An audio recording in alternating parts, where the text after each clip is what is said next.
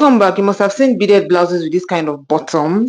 I'm going to be showing you how to fix beads, crystal beads on the bottom of blouses like what you're seeing right here. Trust me, it's very easy and very simple.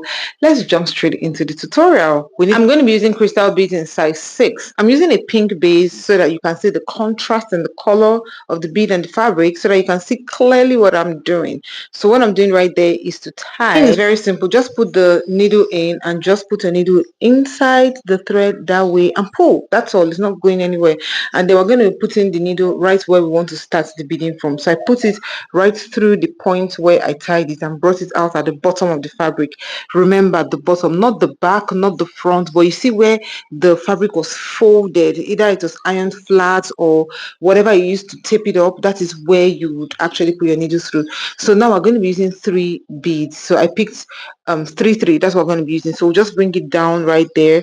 Make sure you put your needle in front of where the bead ends like that, and then you tilt your needle sideways and just bring out your needle beside the bead right there at the same position where I said the fabric was turned, not at the back, not in front. You just bring it out right there. Pick another set of 3 beads, and then you would bring the beads down as usual.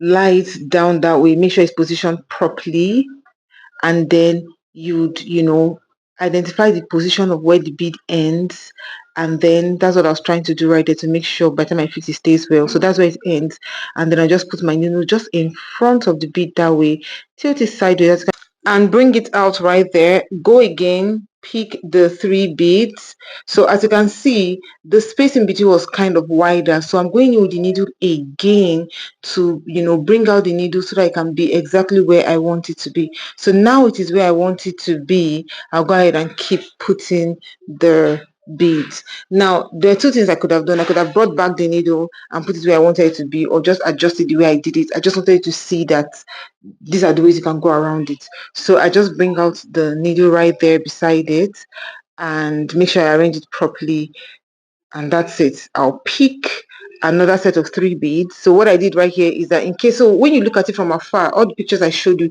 they were like mix of colors. So it's be looking like, how are these colors mixed? Was it clustered? This is how it is. So by the time you are done, when you look at it from afar, it will look like it's actually clustered with different types of beads, but it was just this kind of arrangement that was used.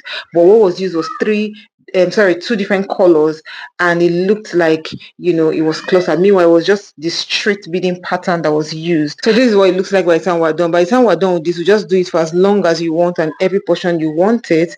And I like to say, I've only come here to make beading easy for you. This particular pattern, I did it in a dress. So this is exactly what I did for the bottom of this dress. As you can see right here, it looks clustered, but actually it is just that same pattern. I also did it for the sleeve as well. If you look at the hand very well, you see that that's exactly what I did, and then the bottom as well. So thank you so much for watching my video. See you in my next one. Bye.